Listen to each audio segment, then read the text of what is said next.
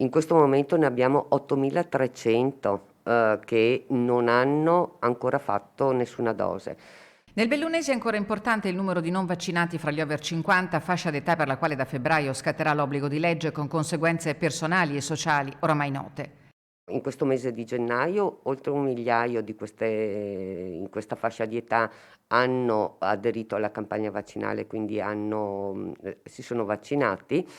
Dobbiamo tener conto che una certa quota di popolazione, circa 1.700, sempre in questa fascia di età, sono positivi in questo contesto, quindi non possono fare la vaccinazione. Stiamo parlando di circa 6.000 persone.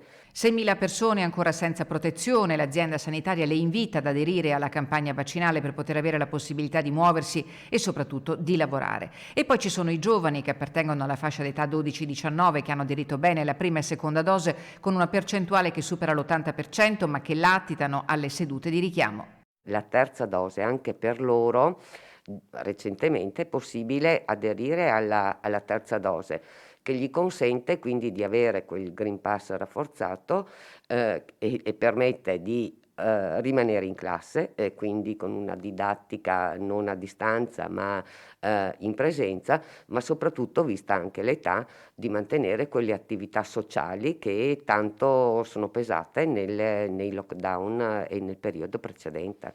Con la speranza che questa quarta ondata allenti al più presto la presa, Omicron potrebbe non essere l'ultima variante e il richiamo alla prudenza è massimo.